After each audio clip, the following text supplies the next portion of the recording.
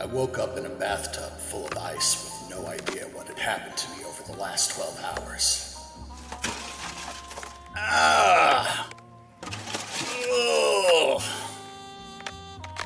But with friends like mine, not only is this expected, but also a little anticipated. How did I get here? Was it the Brit and his specialty again? Or Hope and her damn 1,000 proof cocktails? All I knew was I had a head that felt like it was full of rocks and questions. I half pulled, half fell out of the tub, feeling as numb as a frozen pudding pop. Pudding pop. It was only then that I noticed the surgical-type bandages all over me. I quickly did an inventory of my organs. Yep, stomach, heart, liver, kidney, spleens, all there. If this wasn't yet another organ harvesting scam, then what was it? Where was I? I groggily stood up and found a towel, turned to the door and looked for the door and... The door! Where the fuck's the door? The door was missing. What? No door! No door, guys! Guys! Zach, get the door! But there is no door! What is happening? Where the hell is Zach? Cannot be expected to get the door on top of my many essential duties. It's just too much to ask. I'm just one man. Well-read, tousled, exquisite, but still just one. I'll get it. You stick to tousling. G'day, mates. Howdy, y'all. Oh, balls. What do you two want? We just wanted to drop off your mail that delivery bloke gave us by mistake. And by mistake, you mean at our rightful lair that you evil fiends have infested? Of course, sugar. And we brought y'all this gift basket. We got some freshly baked cookies and such, since we know how much y'all enjoy snacks. I'll take this. You know tampering with someone else's mail is a crime. Not to mention someone else's snacks. Don't think for an instant that your false niceties and bribery with muffins will distract us from the fact that you evil doppelgangers. Oh, damn, is that a Toblerone? I also put in some Tim Tams and Vegemite. If you think this makes up for your stealing our beloved video store, oh shit, that's good. Oh my god, Vegemite. Hey, so what are those weird bandages on your arms? Guys! No door! No door! Guys! Ow! Zach, are you alright? Crikey! That wallaby's in the nutty. Plummeroo, what a longla. Oh, that poor shaved gorilla. Oh, I bet he could use a little medical attention. Yeah, and a lot more towel. Cover her up, dude. Here, use this fez. Do you want me to call 000? What? Call the authorities? Are you mad? It was just a little slip. He'll be fine. Are you sure, honey? I don't think his arm is supposed to bend that way. Oh, that's enough. We can take care of our own. Now, out you go now. Go be creepy mimics. Come on, somewhere mate. No, else. we don't want to help. No, stop. Come on, let's go. Come on. Yada, yada. Okay. No, we're going. Come on. Thank you. Bye. Hey, what's all the racket? Oh my, snacks. Tim Tams. I love these little biscuits. Never mind the cookies. What about my arm? Professor, could you pop his arm back in its socket? Damn it, Ethan, I'm a professor, not a doctor. Ooh, I got this. Ow! That's better. You're welcome.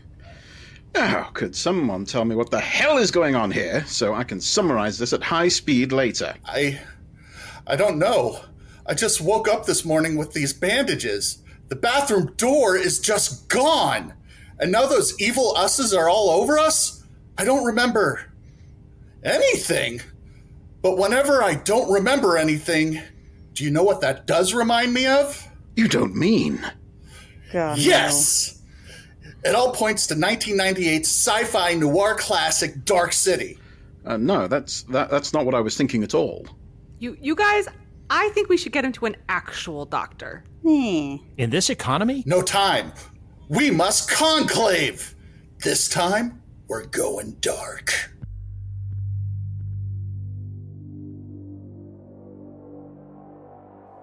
Within the depths of a maniacal maw of madness, That's the mysterious Mall of Misery! the members of a secret society squat in their temporary lair to continue their work protecting the world from those movies considered perverse and heretical. Work which provides no glory, no thanks, and repeated requests that they stop it and calm down. But they will never calm down when there are movies to condemn. Their mission? To scrutinize those films which are rumored to drive viewers to madness and disillusion. Draw closer, dear listener. Let your trembling ears sup upon the eldritch knowledge of the Cinemania Society. We the fellows of the lenses of all do convene to judge if it's our cinema worthy worthy of of our esteem, esteem, or whether it should be cast down as worthless hokum. Let us don our feathers in judgment. We the fellows. Oh. Welcome, welcome, delirious strange deviants, to this conclave of the Cinemania Society. Please be seated. And welcome to our listeners, to whom I will now issue this warning. We, disciples of the Cinemania Society, have studied the mysteries of the motion picture and meditated upon the silver screen for many years. Therefore, we have become inured. Objection. Yes. That is not according to the bylaws. You need to read that so that people can understand it. Take it again, please. Fine. We, disciples of the Cinemania Society, have studied the mysteries of the motion picture and meditated upon the silver screen for many years. Therefore, we have become inured to the films we scrutinize and may contain hazardous, unsuitable to young and sensitive viewers, as such as we advise anyone listening to this discussion. Guard your ears carefully lest you develop a severe and irreversible case of Cinemania. Good enough. Carry on. Present at our conclave today are Inquisitor Ethan, Maven of the Montage. Profligator Daniel, possessor of the word. Auntie Hope, keeper of whatever's left of the books and this last tiny little bit of booze. Professor Andrea, scholar of San Francisco. And Verifier Andy, Master Illuminator. I am Scrutinizer Zacharia, and I will be serving as Pontifex Thank of you. presentment for tonight's subject of scrutiny, Dark City from 1998, directed by Alex Proyas. Repositor Alyssa, voiced from the outer world, is absent due to currently working a double shift as a bouncer at the Waffle House. That's Arbiter Alessa. Thank you. Andrea shall act as Master Castigator for this conclave. Andrea, present the charges. Charges against Dark City include Richard O'Brien doesn't mistake anyone for the Candyman, The Candy Man. helping to usher in the era of long dark trench coats being cool, rampant Plagiarism. It's like plagiarism, but beforehand. Okay, sorry. Rampant plagiarism of the Matrix. Whatever Kiefer Sutherland was doing with that accent. Ugh. Whatever Kiefer Sutherland was doing with that limp. So distracting. Child follicular endangerment. So creepy. Accordion playing in the first degree. Unacceptable. Adding bad narration in the beginning to make the film quote-unquote more accessible. A distinct lack of thematically appropriate noiration. Failure to do the time warp again at an official gathering of transsexual Vanians. Enough mind-melting abuse of physical reality to make MC Escher bite through a pencil. Making early 2000s nerds believe that maybe, just maybe, they could pull off a fedora. I could. Sure you could. Keep telling yourself that. Serious trigger warnings include violence, paranoia, and implied rape. And Ethan in a fedora. You ever have one of those nights so crazy you can't remember what happened? Either to you or your pants? Or how you wound up in a bathtub? In a hotel room? I know. That's just Tuesday. And you can't even remember your own name without checking your luggage, or the name of the ritually murdered prostitute in the corner. All right. Maybe that's more of a third Thursdays thing for you. But for our protagonist, this is a real turd sandwich. That's shit sandwich. It's turd circus. Stop trying to make Turd Circus happen. It's not going to happen. We may remember our man Rufus Sewell from Middlemarch and A Knight's Tale, but now he remembers next to nothing about himself or how he wound up in this movie.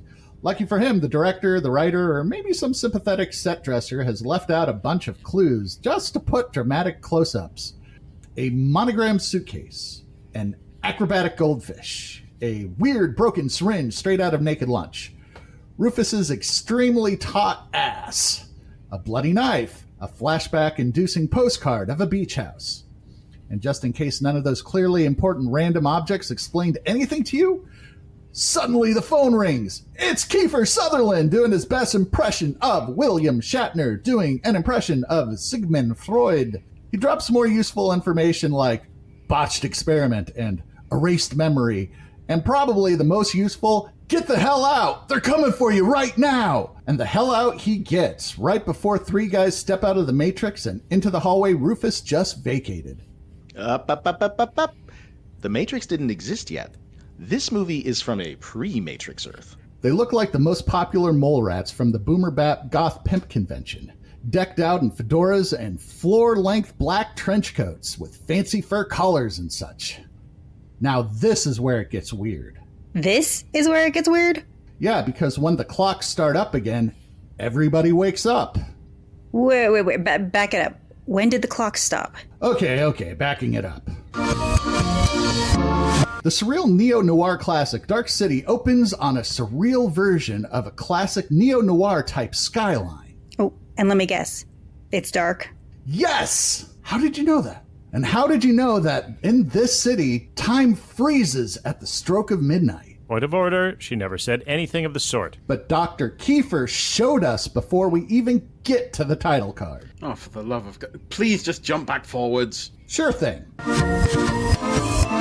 The clock strikes and everybody wakes up all at once. Before Rufus can clear the hotel lobby, the concierge conveniently calls him out by name, Mr. Murdoch. The ledger elaborates John Murdoch. Less conveniently, these are not the initials monogrammed on the suitcase, so he hucks it right off the dock to rejoin his fellow red herrings. Meanwhile, our Jive Daddy Matrix rejects. Up. We know. We know.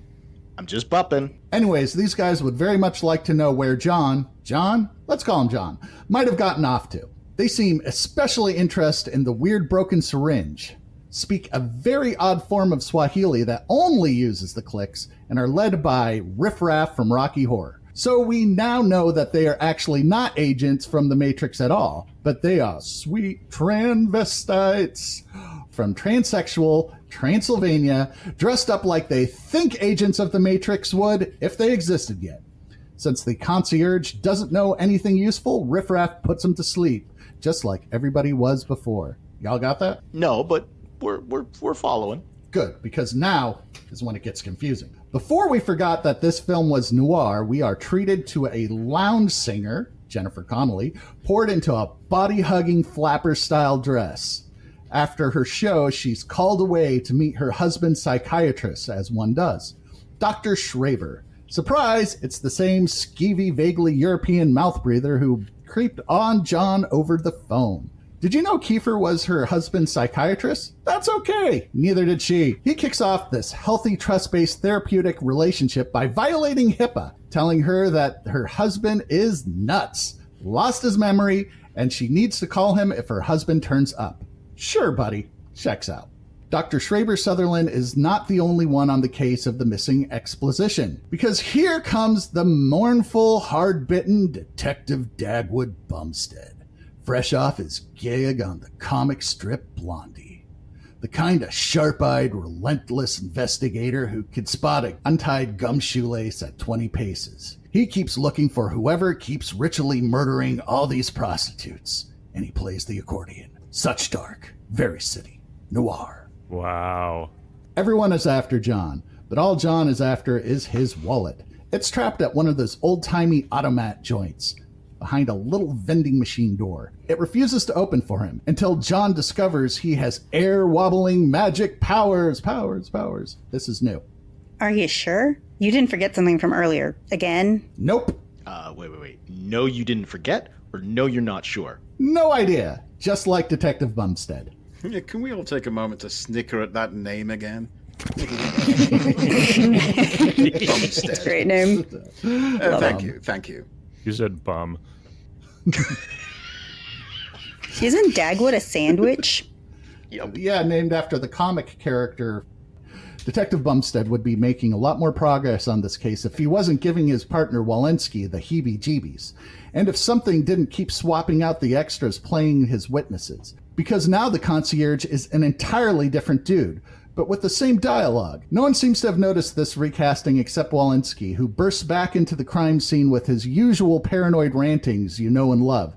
They're watching us! There's no way out! I'm quite upset, and it's reasonable that I'm upset! And his office is covered in artisanal crazy scribblings and conspiracy theory red strings and photos. Not really what you want in an office environment. Isn't that kind of like that meme? You know, the meme of the guy with all the It's Always stuff Sunny, on the board? Pepe Yeah. Sylvia, yes. Yeah. At this point, even the writers are having trouble juggling so many plot lines. So Jennifer Connelly turns up in the detective's office to report her husband's disappearance. And John bails on the next blonde prostitute he's hanging out with to run smack into the Transylsexylvanians Fedora Squad. And their magic sleep power doesn't do anything but ruffle his rufous curls. Oh my God, the look on that guy's face when he said sleep and John didn't sleep. Just the look on his face was like, huh? I don't wanna. They resort to an even more fantastic power. Knives. But apparently John's own powers go beyond vending machines, and he causes a walkway to collapse beneath him. They seem surprised that he has the ability to tune, which is a thing now, apparently. Flying debris decapitates one of the bald jive daddies, revealing that they are being piloted by weird glowing jellyfish bug things. I can't believe that actually makes a lot of things make a little more sense. Certainly more than Dr. Exposition and whatever his accent is. Anybody else think that Dr. Sutherland over there looks a lot like Dr. What's his name from Nightmare Before Christmas? And Oh, the guy who made Sally? at the beginning, Right. Yep. Sally. At the beginning, he looked a lot like that. Once you have seen one vaguely European doctor, you have seen them all, darling. My Yep. name is Dr. Strangelove, thank you. Is European the accent he was going for? Because I had no fucking idea. It's okay, It's- neither did he. It's a mess. All right. It's a lucky break for John, and he flees off into the poorly illuminated megalopolis. But his troubles are far from over. You see, deep beneath the city streets, a secret society assembles, gathering together in the dark to scrutinize. Objection. Well, you get the idea. When they're at home, the hairless Transylsexylvanians like to get out of their Soul Train Matrix outfits and slip into something comfortable like leather gimp suits. Comfortable is one word for it. They look like the hair club for men decided to militarize at long last and raided a buckle factory. Now the world will feel their baldy wrath. Has anybody else seen the tall ones from Invader Zim? You know, I totally thought about that. But all the buckles in the world can't get them comfortable with the idea that John can tune, whatever the shit that means. Something needs to be done about this situation, and fast. Mr. Quick is dead, and Mr. Han is off the Mr. Chain. Their leader, Mr. Book. A moment, fellows. I detect a theme. I think that's more of a pattern. Sounds like just a cliche to me. Well, actually, that's only if it comes from the cliche region. Otherwise, it's just a sparkling narrative device. Well, whatever he is. He's just a sweet transvestite. No singing. In just 7 days. Oh. Well, Mr. Book sends off Misters Knight, Hat, Shoe, Dog, and Thimble and all the other Monopoly generals to track down their wayward experiment, wherever he may be in this Don't say it. Eponymy is a serious cinematic offense. gloomy town.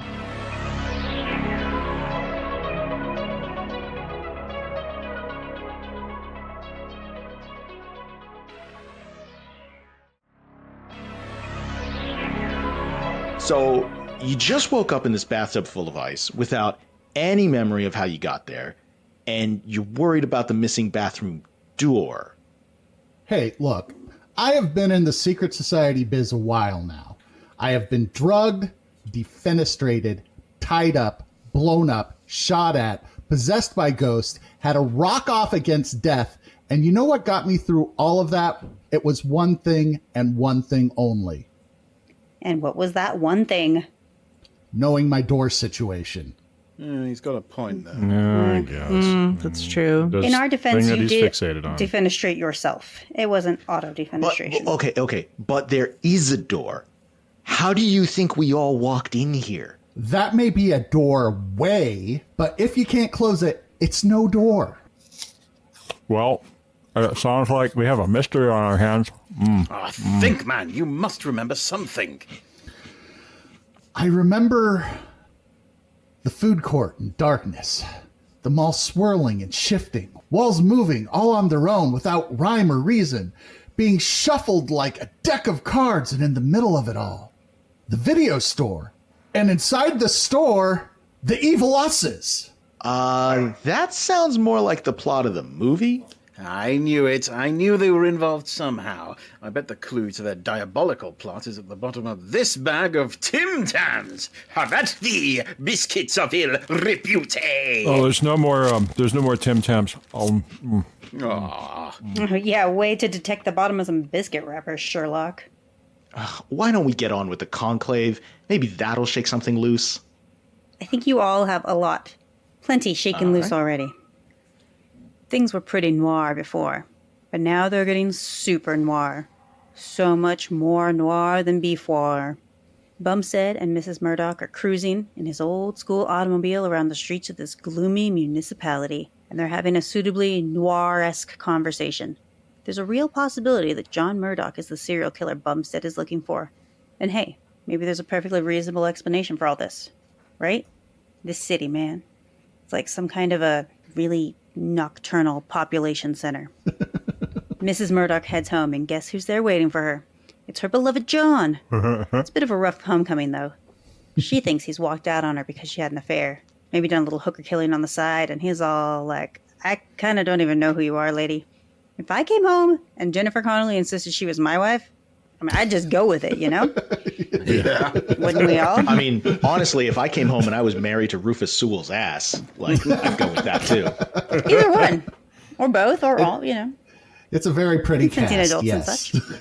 Andrea, did you have feelings you wanted to share here with us? I was trying to create an opening for you. No, it's fine. Move right along. John explains that he went to that hot blonde's home earlier, just to, test himself and see if he really is the killer without knowing it. And that hot blonde, in case no one realized it was also a prostitute, looks like he passed that test. So that's one point in the Trust John column. She still has Kiefer Sutherland's card, and maybe this is a clue to what's going on. John heads out only to run straight into Bumstead, who had a hunch he'd turn up. What a cop! He knew to look for this guy right at his known home address. Some real police work right there. It feels like the writers are desperately trying to get all their different plot lines together, but they can never get all of the characters in the same place at the same time. It's only like 2 at a time. I would like to say, though, not all cops in TV shows are that smart. I was just watching another show Wednesday, and the villains hang out at the known home and the known vacation home, and no one ever looks for them there. It's a really dumb police work. So this guy's like ahead of a lot of TV cops. I mean, he took Policing 101, right? That's funny. I mean, that is very funny given all of the propaganda making cops look like they're the smartest people on earth, and they're frequently dumb and lazy. Yeah, it's like pretty much if they ask for a lawyer, like they're any done. profession. John decides that maybe his story about what he's been up to isn't gonna sound that great in a police report, and flees, with Bumstead in pursuit. They do that thing where they're running downstairs or go in a spiral while the camera's floating around, and it's super noir. Can't have a good noir without some moody staircases. Agreed. Now, would we say that Bumstead is on his bum in this situation? No? Yeah, Just creating maybe. openings here. John's weird ability is getting stronger. He literally thinks a door into existence where there was just a blank wall and gets the fuck out of there, leaving just the wall behind him. Crazy! But he dropped that card from Murdoch's doctor for Bumstead to find. This chase ain't done yet, homie. John takes a taxi and asks the driver if he knows the way out of town, to that beach he keeps thinking about. Funny thing is, even though the driver knows what beach he's talking about, he can't quite seem to remember the way. Like a mental block.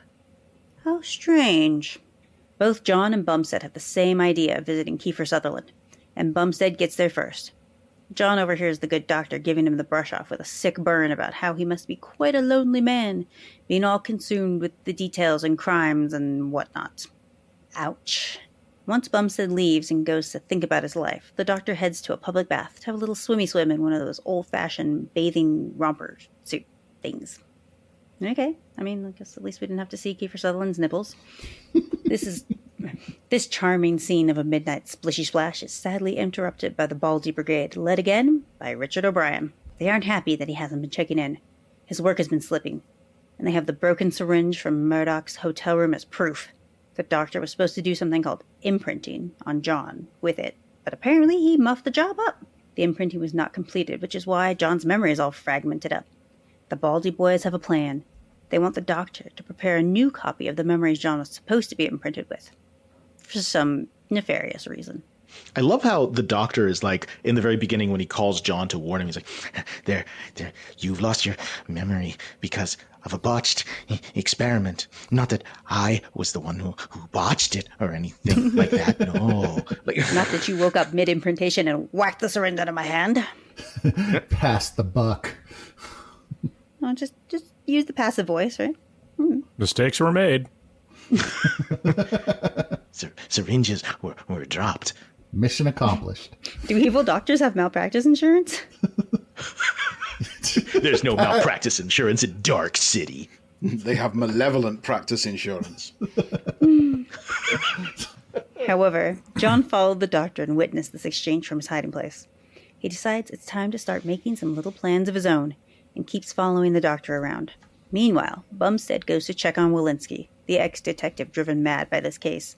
Walensky hangs around in his apartment drawing spirals and gibberish on the walls these days. Guess everyone needs a hobby.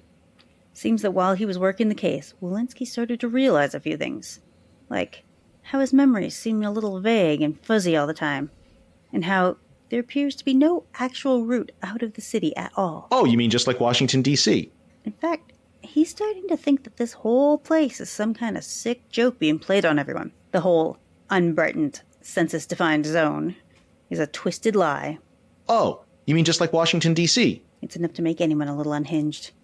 Hell, Walensky isn't just unhinged. His whole door has come off. I guess that's something that he has in common with us now. No door. Oh, don't get him started. No door. No door. Kiefer Sutherland takes a delightful midnight stroll, the way anyone might do on such a charming evening. Followed, of course, by John. When he comes to a blank wall, a door materializes for him in the same way that John did earlier. The door vanishing after him. Curses! The door leads to the underground lair where the Baldy Bondage Gimp Collective are hard at work, manufacturing random personal items for some reason. Kiefer Sutherland has a little lab set up here, where he's able to mix up cocktails of memory in liquid form, ready to be loaded into those syringes. That's what he does for these people. They don't seem to understand humans all that well. Not yet, anyway. Mr. Book, the leader of the decrepit hairless freakoids, comes in and demands some answers. Why doesn't John go to sleep when everyone else does? Why does he exhibit the ability to tune?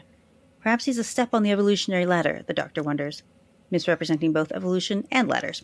Or maybe he just has good hearing? Maybe, the doctor wonders. Maybe, the doctor wonders. The whole point of their experimental human zoo has finally arrived, and is going to bite them on the... Well, Mr. Book has heard enough at this point, casually hurling the doctor aside with telekinesis. Instead of you throwing the book, Soviet Russia, book throw you. Oh my god! It's like they set that up for that joke. There's no time to continue this edifying chat, though. A bell chimes, and everyone becomes agitated. It is, after all, the time. And we're about to find out time for what? The beastly Baldy battalion all assemble in their great hall and combine their powers to shut the city down. Everyone up above instantly falls asleep as soon as midnight strikes. Except, of course, for John. And the city begins to warp and change in line with the next night's experiments. Blomp! Buildings twist and reform. Rooms shrink and lengthen and change their purpose. There's some pretty heavy-duty 90s-era CGI mixed expertly with model work going on. For John, it's a truly disorienting experience seeing everything change around him. Then the doctor heads out of the lair on his nightly rounds. He goes from place to place, using his steampunk syringes to inject his memory drugs straight into the heads of various people, changing their whole life story in an instant. A working-class couple arguing about their troubles just last night are reformatted into an upper-class pair of assholes in their mansion. John watches the whole thing take place, and it's clear that maybe, just maybe, this whole place is not what it seems. Maybe. Maybe. So, just like Washington, D.C. Man, you have it out for Washington, D.C. today. It's not a real city. It's not. It's insanity. John waits for an opportunity and confronts the doctor. Time to split open this package of mysteries like a particularly enigmatic piñata. In fact, John is so upset, he toon blasts the doctor off his feet. Kiefer tries desperately to explain that he's trying to help. He wants to stop the baldy bug brain boys, and he needs John's help to do it, using the power that has only been activated by reflex up to now. However, time has run out. The city is reawakening for a whole new night, and everything is starting up again. John gets out of there before he can be spotted by the bad, bald bunch who have come to get their pet doctor. He covers for John, just saying he attacked him and ran off somewhere. No matter, Richard O'Brien has his own scheme in motion, and the doctor's work is not quite finished yet. A doctor's work is never done. I love how in every movie he plays like the creepy henchman who's also kind of looking to undermine the big boss. That's true. Can't quite pick a side. He's always on his own side, you know. Yes.